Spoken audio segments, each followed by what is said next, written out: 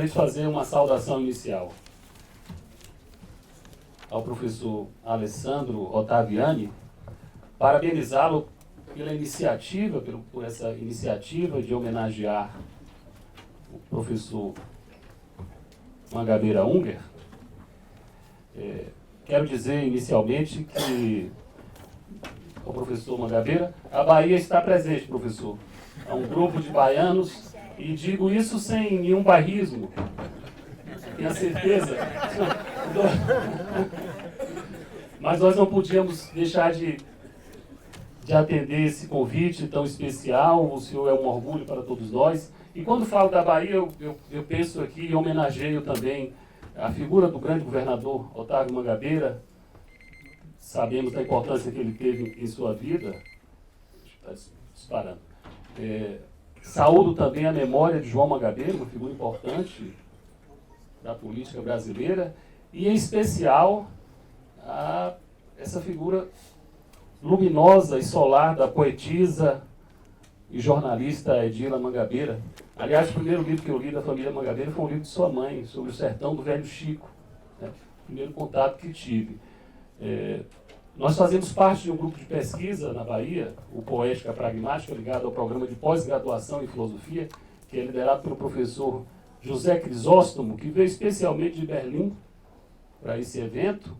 E neste grupo nós pesquisamos temas como pós-hegelianismo, pragmatismo, e essa ideia de poética pragmática, da prática como poiesis, como produção, como criação, como arte, como estética, como política, o que tem muito a ver com o pensamento, com a imaginação institucional.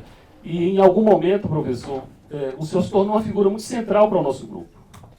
Não sem motivo, nós temos dissertações de mestrado, teses de doutorado, tratando do pensamento de Mangabeira Unger, e há um crescente interesse na Bahia. Eu sou professor da Faculdade de Direito, tenho formação em filosofia, mas sou professor da Faculdade de Direito.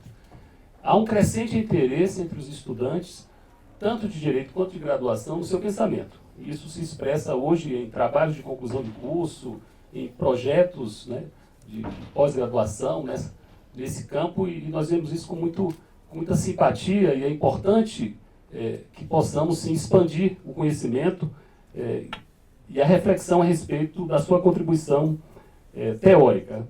É claro que eu não vou me estender aqui, nós estamos aqui, de fato, com o tempo muito apertado, né? Mas o nosso compromisso, e aliás eu vi aqui do expositor, que há pouco nos precedeu, fundamentalmente eu quero chamar a atenção desse compromisso com a democracia. Esse é um compromisso, eu vejo o senhor muito como um pensador, acima de tudo, um pensador político, né?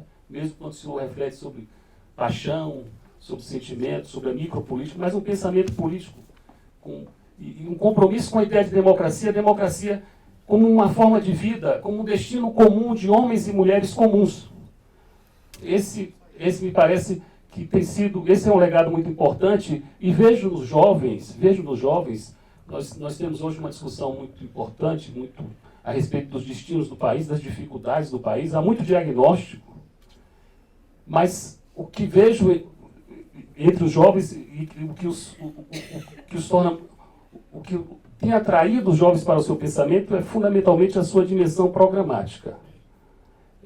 Porque o diagnóstico é importante, o diagnóstico é incontornável. Sem um diagnóstico preciso, nós não podemos enfrentar as dificuldades.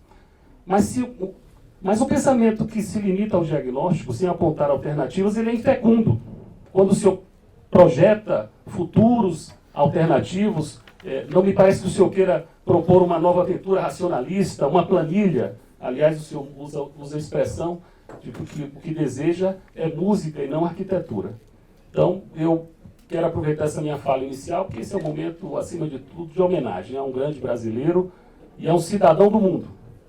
Para fazer essa saudação, tomando essa liberdade de colocar nesses termos, e sem mais delongas, eu estou aqui cercado por jovens, inquietos pesquisadores. Eu quero, inicialmente,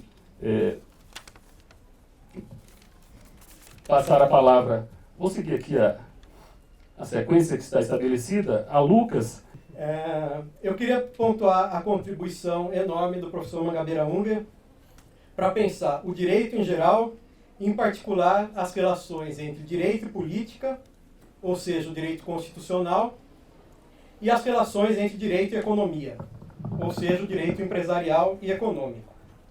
Começo pela contribuição de Mangabeira para pensar a teoria do direito, e essa contribuição é despertar os juristas do seu sono dogmático. O direito natural moderno consistia nos grandes sistemas iluministas de filosofia política e moral. Quando esse direito natural foi positivado em códigos, constituições, declarações de direito, pretendeu-se diminuir o papel dos doutrinadores e dos juízes diante do legislador que teria alguma legitimação política. De um lado, os juristas e os estudantes do direito tornaram-se esses doutrinadores dogmáticos, presos à letra e aos conceitos da lei e dos códigos. De outro, pensadores como Jeremy Bentham propunham uma ciência da legislação que contribuísse para a reforma social. Disse que em 1968, na entrada dessa faculdade, os alunos escreveram: "Não queremos leitura de códigos, queremos ciências jurídicas e sociais." O professor Mangabeira faz parte de uma geração que buscou recriar uma ciência do direito à luz do que são as ciências modernas e as ciências sociais modernas. Mas como transformar o direito, que é essa ciência dogmática, presa à lei, ao direito positivo, em uma reflexão que seja dotada de falseabilidade, em algo que se possa pesquisar, em algo que possa dar errado ou dar certo, em algo que se possa testar e vivenciar. Muitos seguem lastreando o estudo do direito numa análise formalista dos textos autoritativos e das fontes oficiais. Outros misturam o estudo do direito à catequese moral dos princípios das políticas públicas. E há aqueles que ainda propõem importar a razão econômica para tentar resolver a debilidade inerente do pensamento jurídico. O movimento dos estudos críticos do direito, que o professor Mangabeira liderou nos Estados Unidos, na esteira dos realistas americanos do começo do século passado, revelou que, na verdade, toda argumentação jurídica, no limite, se baseava em suposições políticas, em controvérsias ideológicas. Mas, em vez de nos prevenir contra o poder dos juízes e dos juristas que se envolvessem nessas controvérsias, no fundo ideológicas, muitas teorias do direito nos fizeram crer na boa vontade das cortes para resolver os problemas da política, dirimindo os impasses dos próprios poderes políticos. Então nós chegamos a essa situação de um protagonismo judicial, cujo discurso, a título de interpretar tecnicamente o direito, acaba sendo a imposição de uma determinada visão e de determinados interesses, como funciona em qualquer outro poder do Estado, só que no caso do poder judicial, com menor representatividade e com um resultado menos plural. Agora, qual seria então a saída desse caminho em que a gente se encontra hoje? Qual foi a saída que Mangabeira ajudou a desbravar? A sua principal contribuição para o direito foi não resumi-lo à dogmática jurídica, mas ajudar a trazer ferramentas para a gente pensar em uma antidogmática jurídica, em uma espécie de doutrina voltada para a inovação e para a reforma do direito.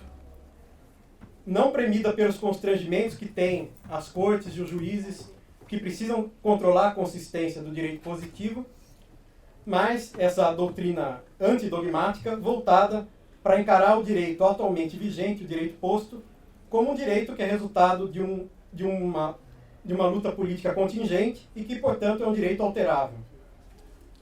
E é um direito que formaliza a organização política e econômica da sociedade. Então, não é um direito que se prenda estritamente nas instituições judiciais. Então, isso leva aos exercícios de imaginação institucional, como o professor Mangabeira propõe em sua obra, que vão encaminhar reformas regulatórias, legais e constitucionais, mas também a gente pode pensar a aplicação desse pensamento jurídico de inovação na esfera privada, no desenho de contratos, estruturas de governança, procedimentos arbitrais, soluções não judiciais.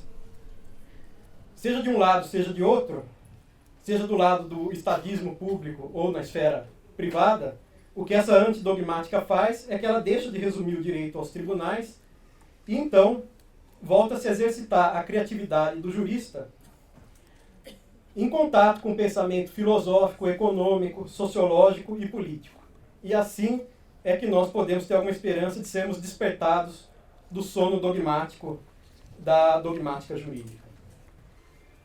Combinando direito comparado com economia política comparada. Para posicionar, já que estamos aqui numa faculdade de Direito, que ainda cultua muito um autor chamado Hans Kelsen, a proposta de análise jurídica com imaginação institucional do professor Mangabeira Unger é essa antidogmática, mas pode ser vista como uma resposta ao vácuo deixado pela teoria pura do direito de Kelsen, que com essa tentativa de tornar a teoria do direito uma ciência neutra, acaba culminando numa divisão weberiana entre ciência e política, entre interpretar o direito e criar o direito. E essa tensão chega a um clímax quando Kelsen vai tratar da interpretação jurídica e diz, pela ciência do direito, o máximo que a gente pode fazer e deve fazer é mapear as várias alternativas de soluções possíveis.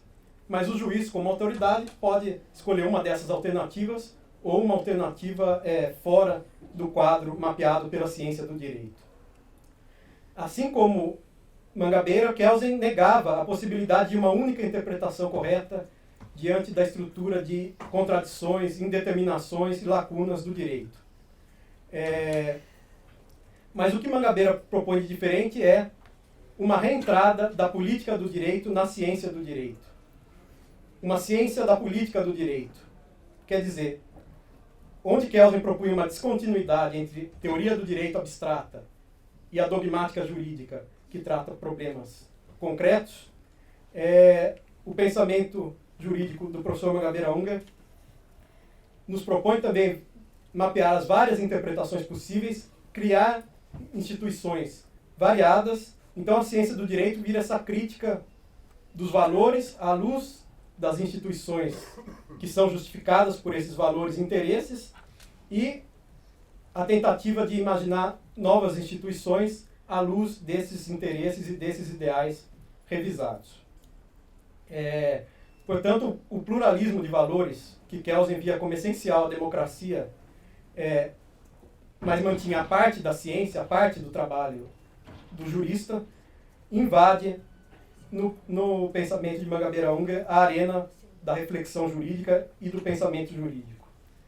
E a doutrina jurídica tem esse poder especial por ser um repositório de alternativas testadas pela sociedade em vários campos da sua organização, por ser uma explicação que mistura a descrição do direito a uma prescrição de como organizar a sociedade politicamente, economicamente, e com isso a gente deixa o plano abstrato das regras, princípios e políticas e passa a tratar da sua relação também com as regras que detalham essas formas de organização da sociedade. Portanto, em vez de uma política, de um pensamento jurídico que acredita nos juízes como imperadores morais ou como ativistas políticos, a imaginação institucional é voltada para a política, para as decisões programantes tomadas democraticamente e não para as decisões programadas que devem ser tomadas no âmbito judicial. Mas se a gente pensar, afinal, Montesquieu ou os federalistas que desenharam um esquema de separação dos poderes, um juiz que interpreta esse esquema de separação de poderes segundo uma Constituição, nós consideramos que ele está produzindo pensamento jurídico.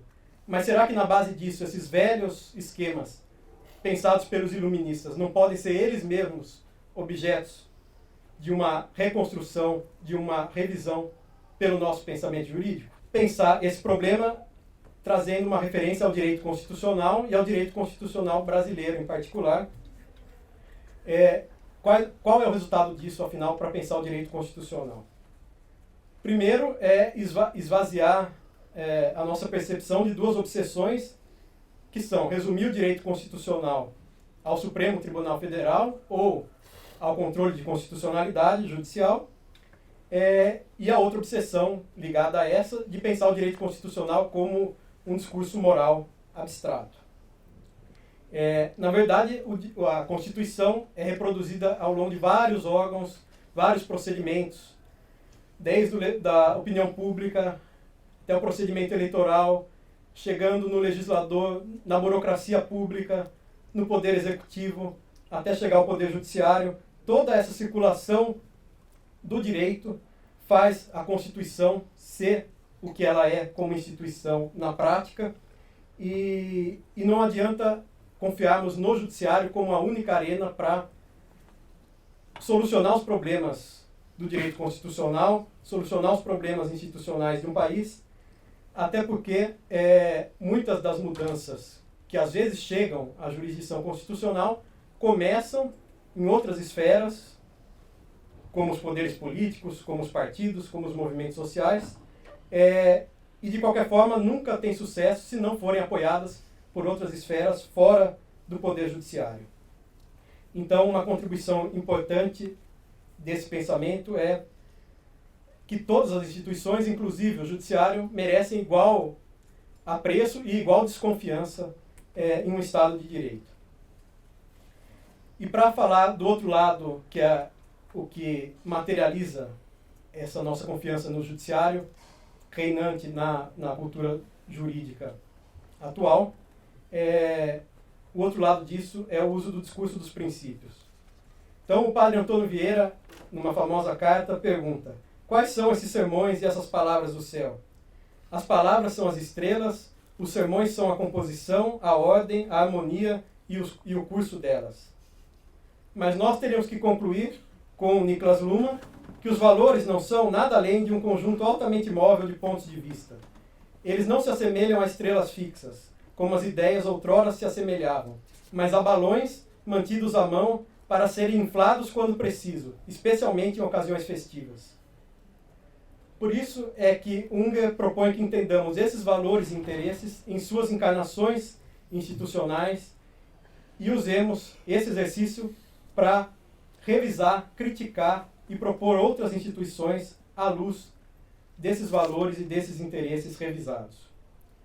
Então, o que importa é a institucionalização dos direitos, as formas organizacionais, procedimentais que dão concretude a esses direitos.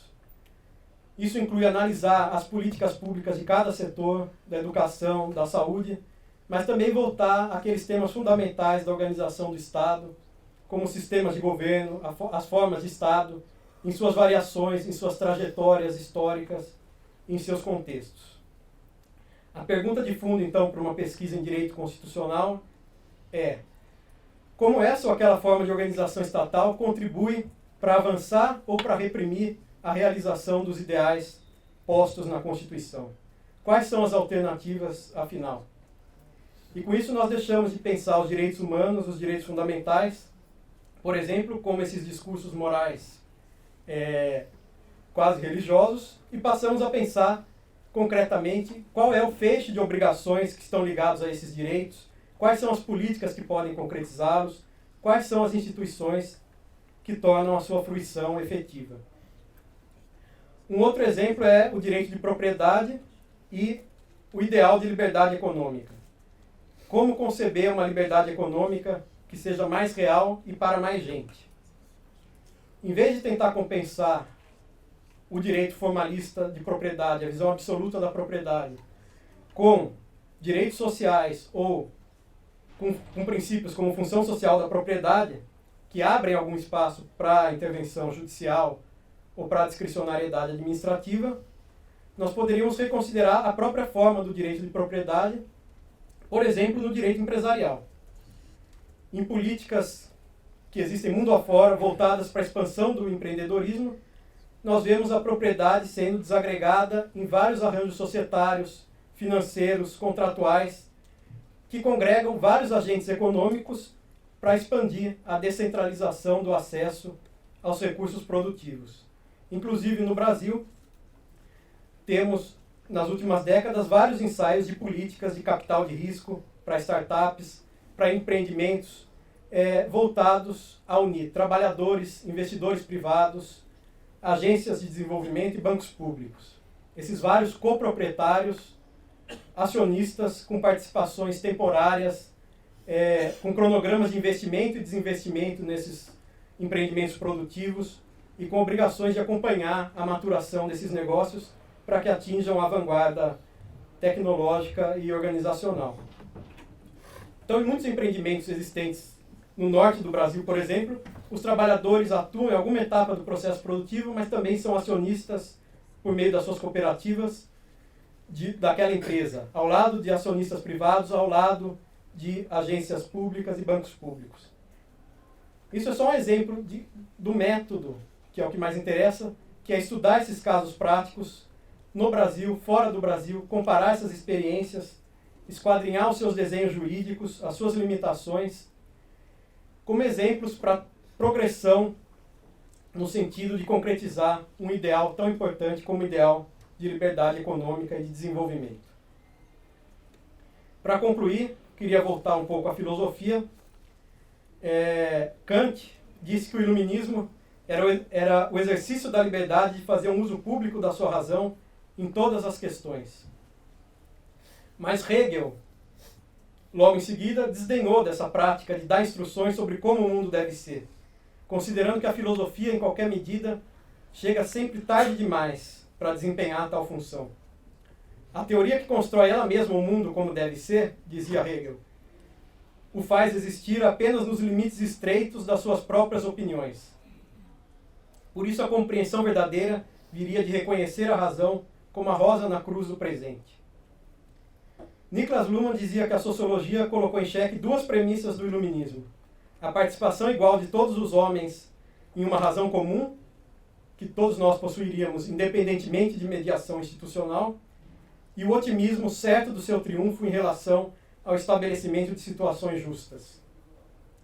Mangabeira nos incita a nos inserirmos na história com realismo, mas sem determinismo. No livro A Tragédia Humana, do autor húngaro Ing Madash, o diabo diz: jogarei feitiço sobre vós e poderei ver o futuro até o fim dos tempos, qual cena de um sonho efêmero. Porém, se virdes quão insensato será o objetivo, quão pesada a luta que vosso caminho vos levará, e para que, devido a isso, o desânimo não vos atinja e não tenteis escapar do combate, lançarei sobre o horizonte um pequeno raio de luz, que vos alentará e incentivará, mostrando que aquela visão não passa de uma miragem enganosa. E esse minúsculo raio é a esperança. Ao nos dar ferramentas intelectuais para usarmos a pesquisa jurídica, nosso meio de trabalho, na prospecção de novas e variadas formas de organização da sociedade, da política e da economia, Mangabeira não nos concede um otimismo ingênuo, mas afia e afina a esperança para que ela funcione como uma forma de razão. Muito obrigado.